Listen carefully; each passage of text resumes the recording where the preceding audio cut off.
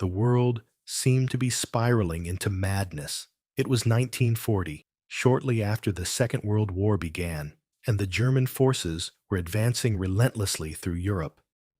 Far away in Namibia's capital, Windhoek, two German geologists, Henno Martin and Herman Korn, sat in growing distress as they listened to their radio.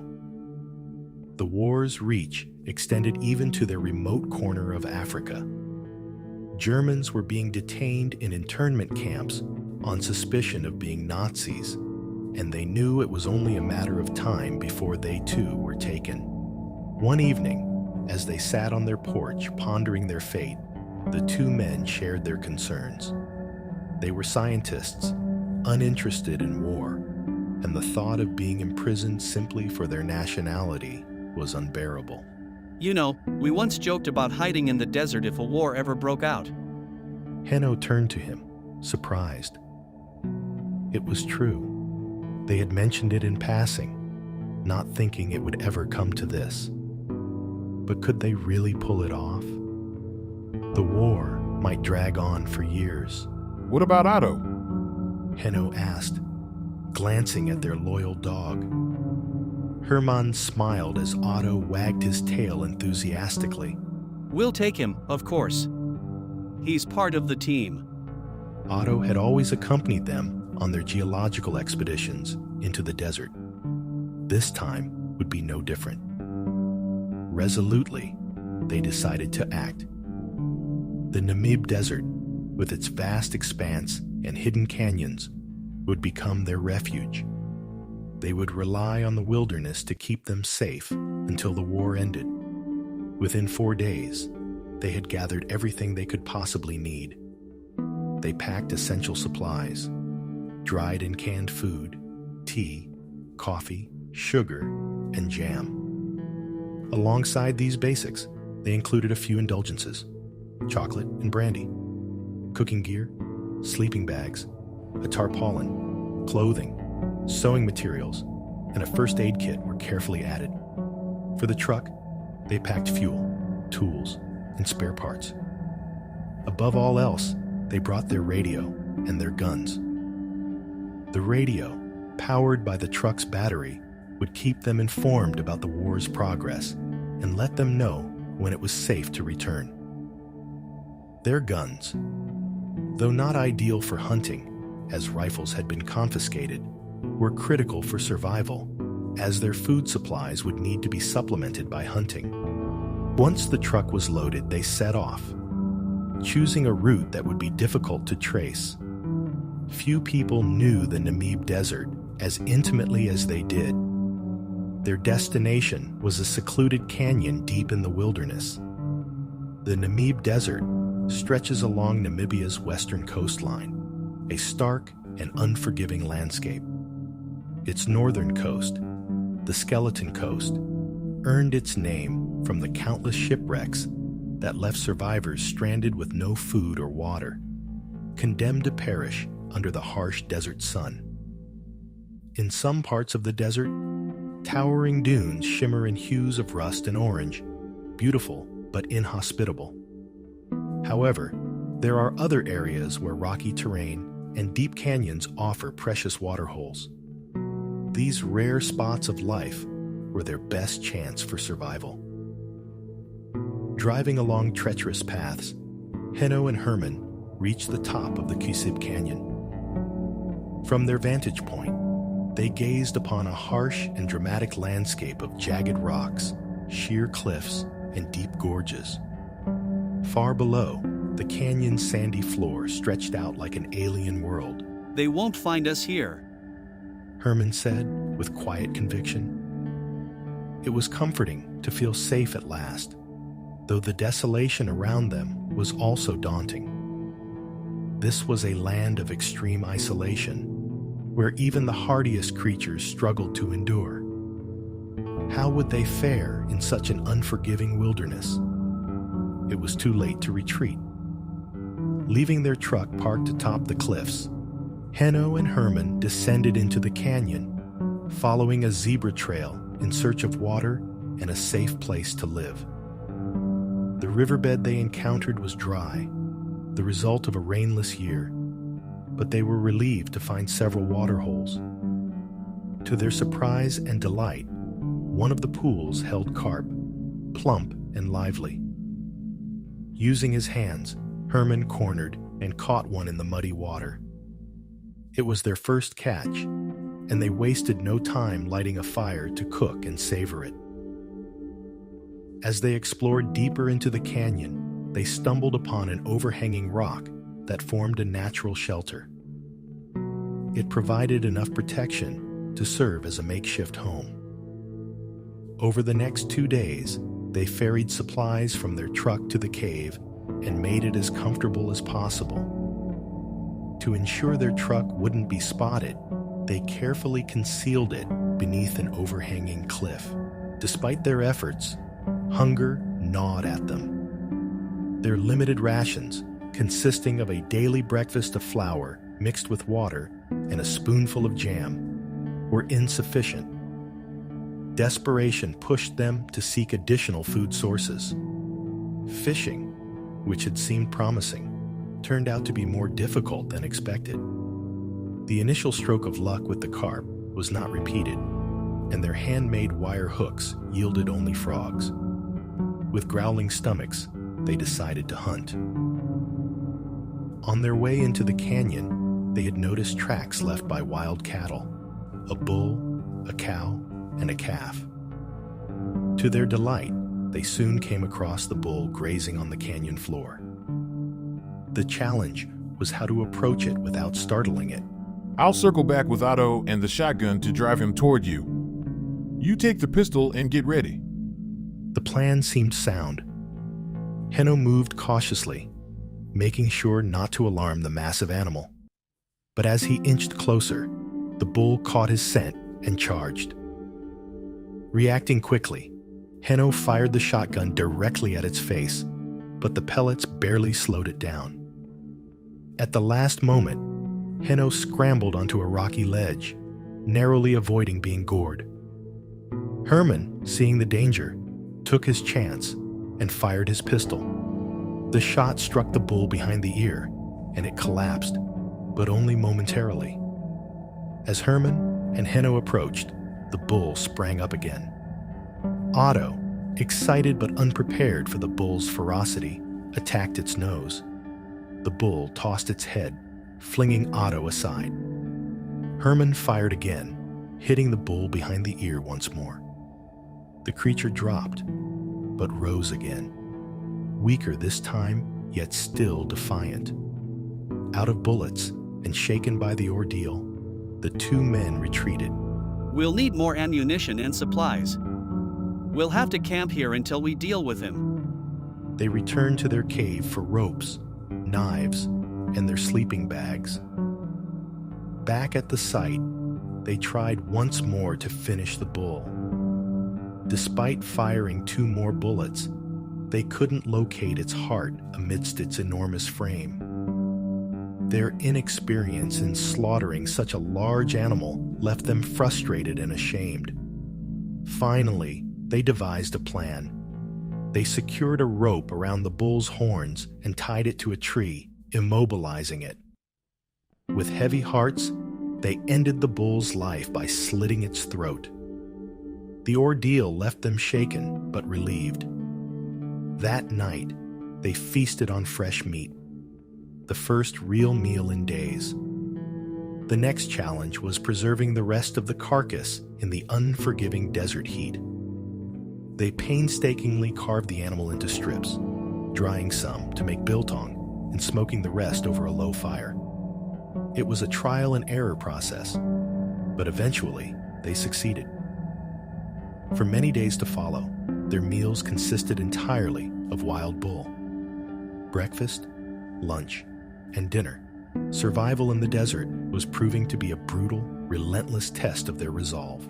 The killing of the bull marked Henno and Herman's first real brush with the brutal realities of survival in the wild.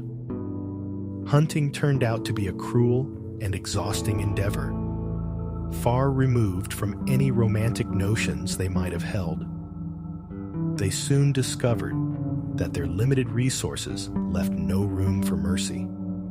Many of their bullets only injured their targets, forcing them to track wounded animals for hours or even days. Sometimes, the prey escaped entirely. Other times, they had to wait for it to weaken and collapse before delivering the final blow. Wasting precious ammunition on a quick, humane kill was simply not an option. Living on a monotonous diet of meat quickly grew tiresome. Desperate for variety, the men devised an inventive way to catch carp from the waterhole. Using tamarisk branches and pairs of their underpants, they fashioned a makeshift net, which they dragged through the water together. The method worked, providing them with a brief respite of fish dinners. But even this solution was temporary. The waterhole was drying up, and the fish were disappearing. Worse, they soon realized they had competition. Night after night, the carp were being poached by an unseen predator. Footprints around the pond revealed the culprit, a hyena. Furious, Henno declared, I'm not letting him steal our fish. I'll shoot him. You won't get close enough. He'll smell you coming. And shooting in the dark? You'd waste a bullet. But Henno was determined. He carried his sleeping bag to the waterhole and spent the night on watch. Nothing happened. Returning to the cave empty-handed, he was greeted by Herman's teasing smile and a cup of coffee. Annoyed, Henno returned to his post the next evening. This time, he heard the hyena's eerie howls, bone-chilling, wild, and unmistakable. Gripping his shotgun, Henno aimed blindly toward the source of the noise and fired. The howling turned to a wounded yelp, then stopped altogether. Satisfied, Henno rolled over in his sleeping bag and slept soundly. At dawn, he followed a peculiar drag trail left by the injured hyena. It appeared the animal could no longer use its hind legs. He traced the path until he found the creature huddled under an acacia tree. Not wanting to waste another bullet, Henno resorted to stoning it. It was a harrowing and prolonged struggle before the hyena finally succumbed. Exhausted but victorious, Henno skinned the animal and brought its pelt back to the cave. This time, Herman refrained from mocking him. Days turned into weeks, and weeks into months. Henno and Herman adapted as best they could to the changing seasons, each day blending into the next. The carp pond eventually dried up, leaving them without that source of food. The lack of variety in their diet led to severe vitamin deficiencies, which caused debilitating headaches. To counter this, they began drinking more blood and eating raw meat. Always resourceful, they even crafted sausages using the blood and intestines of a gemsbok. Salt and water, indispensable for survival, also began to run low. Like the animals they shared the desert with, the men were forced to move in search of sustenance. They trekked through the blistering canyons, enduring thirst and hunger until they discovered new waterholes and salt deposits. On one such journey, they sought shelter from the oppressive heat under a shaded rock face. The spot was popular with animals, and the ground was teeming with sand ticks. As they rested, Herman suddenly winced and shook his hand. I think a tick bit me. Within moments, he began to sway and collapse. Herman! Herman was pale and sweating, a strange rash spreading rapidly over his body. My head. Herman groaned, slumping to the ground. His condition deteriorated quickly, and he began to vomit violently. Henno frantically searched the ground for the offending tick. When he found it, Henno was horrified. The parasite was engorged with old, blackened blood, clearly the source of Herman's sudden illness. Blood poisoning had set in, and Herman was now incapacitated. My vision is fading. His words were enough to send Henno into a panic. Without hesitation, Henno made an incision on the tick bite and packed it with permanganate of potash, an antiseptic. It was a desperate measure, the only one he could think of. Herman, now almost blind and barely able to stay upright, leaned heavily on Henno as they stumbled into a small nearby cave. There, they hunkered down, waiting anxiously for the symptoms of the poisoning to ease. It wasn't until late the next day that Herman regained enough strength to stand. The close call served as a sobering reminder of just how precarious their existence was in the harsh wilderness. As time passed, the challenges shifted. Extended droughts forced the pair to abandon their original camp in search of water. They moved from one site to another, settling wherever there was enough water to sustain them. Occasionally, rain brought the desert alive, filling the barren landscape with new growth and wildlife. Henno marveled at the raw power of flash floods and the breathtaking sight of thousands of springbok grazing in the revitalized plains. Through it all, their loyal companion Otto never wavered. Despite being gored twice by a gemsbok, the dog remained enthusiastic about hunting. Like his human companions, Otto adapted to the unforgiving environment, showcasing the resilience of all creatures in the desert. Yet, the relentless demands of survival began to wear on them. Food became harder to find, and hunger gnawed at them constantly. The second dry season left them so weak that even hunting became an ordeal. In desperation, Henno pounced on a large lizard he spotted darting into the rocks. Grabbing it by the tail, he managed to haul it out. Later, he noted that the lizard's meat, white and firm, tasted like a mix of chicken and salmon. It provided 2 much-needed meals. But then Herman's health began to deteriorate rapidly. Pains in his back spread to his legs, neck, and head. His condition worsened to the point where he couldn't hunt or even move much. Henno tirelessly hunted for food, feeding Herman raw game, but nothing improved his condition. It became evident that Herman needed medical attention. With no other option, Henno reluctantly prepared their truck and set out for Windhoek. Navigating the treacherous terrain, they eventually reached the town. After dropping Herman off for treatment, Henno returned to the desert with Otto. However, Herman, persuaded by friends, revealed Henno's location to the authorities. Soon, Henno was apprehended. Both men were briefly imprisoned, but were quickly transferred to a hospital where Herman began to recover. His illness was diagnosed as a severe vitamin B deficiency. When they faced trial, the charges against them ranged from desertion to minor infractions, like failing to pay for a dog license. Their extraordinary tale of survival earned them leniency, and they were fined lightly. The aftermath was bittersweet. Herman recovered fully, but tragically died in a car accident in 1946. Otto, their steadfast companion, disappeared mysteriously a few years later.